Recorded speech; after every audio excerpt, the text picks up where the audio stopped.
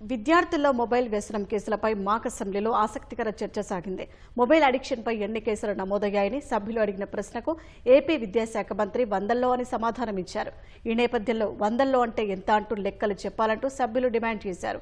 దీంతో కాసేపు గందరగోళం నెలకొంది. ఈ విద్యా సంవత్సరంలో విద్యార్థుల మొబైల్ వ్యసనం కేసులు ఎంత నమోదయ్యాయి? అధ్యక్ష, ఈ ప్రశ్నకి సమాధానం ఈ విద్యా సంవత్సరంలో వందల్లో కేసులు నమోదయ్యాయి అధ్యక్ష. రెండవ ప్రశ్న, మొబైల్ వ్యసనం కోసం ప్రభుత్వం ఏమైనా కౌన్సిలింగ్ లేదా రీహాబ్ సదుపాయాలు అందిస్తున్నదా? అంటే ప్రత్యేక రీహాబ్ అంటూ ఏం లేదు అధ్యక్ష, కాకపోతే ఖచ్చితంగా కౌన్సిలింగ్ అనేది అందిస్తున్నది అధ్యక్ష. మూడవ ప్రశ్న, ప్రత్యేక రీహాబ్ సెంటర్లు లేకపోతే డిజిటల్ డి అడిక్షన్ సెంటర్లు ఏర్పాటు చేయాలనే యోచన ఉందా అధ్యక్ష? ప్రస్తుతం ప్రభుత్వం పరిశీలిస్తుంది అధ్యక్ష. పైలట్ సెంటర్లు ప్రతిపాదనలో ఉన్నాయి అధ్యక్ష. అధ్యక్ష, గౌరవనీయులనే మంత్రి గారు సమాధానం అద్భుతంగా ఉంది.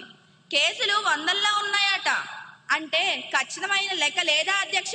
లేక అది కూడా ఫోన్ లో క్యాండీ క్రష్ ఆడుతూ లెక్క పెడతారా?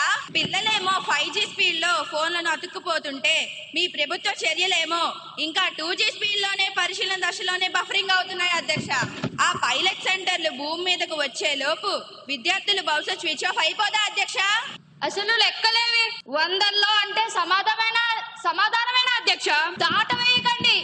పైలట్ సెంటర్లు ఎప్పుడు వస్తాయి? డేట్ చెప్పమనండి అధ్యక్ష. సైలెన్స్. ప్రభుత్వం ఏం చేసినా గుడ్డిగా వ్యతిరేకించే మీ మైక్ వ్యసనానికి మాత్రం ప్రపంచంలో ఏ రీహాబిలిటేషన్ సెంటర్ మందు కనిపెట్టలేదు అధ్యక్ష. పిల్లలకి కౌన్సిలింగ్ పనిచేస్తుంది కానీ మీకు పని చేయదు. పైలట్ సెంటర్ల మీద దృష్టి పెట్టాం అధ్యక్ష.